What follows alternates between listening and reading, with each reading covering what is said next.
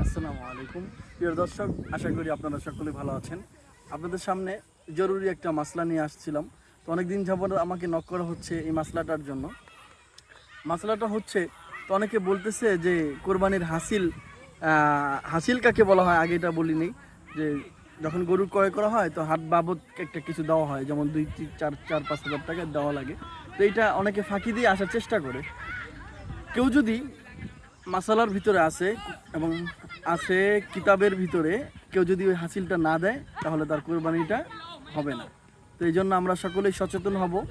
আমরা 1 লাখ 2 লাখ 3 লাখ 4 লাখ টাকা দিয়ে কোরবানি দিচ্ছি, আমরা 2-3-4-5 হাজার টাকার জন্য আমাদের কোরবানিটা নষ্ট করব তেমন না। দেখেন, একটা হাট যারা ডাকে তারা অনেক খুব কষ্ট করে, যেমন এটা ময়লা কাদা কুদা দিয়ে নষ্ট হয়ে যায়, গোবর টোবর দিয়ে এগুলো পরিষ্কার করতে কিছু মানুষের শ্রম এখানে নিয়োগ হয়।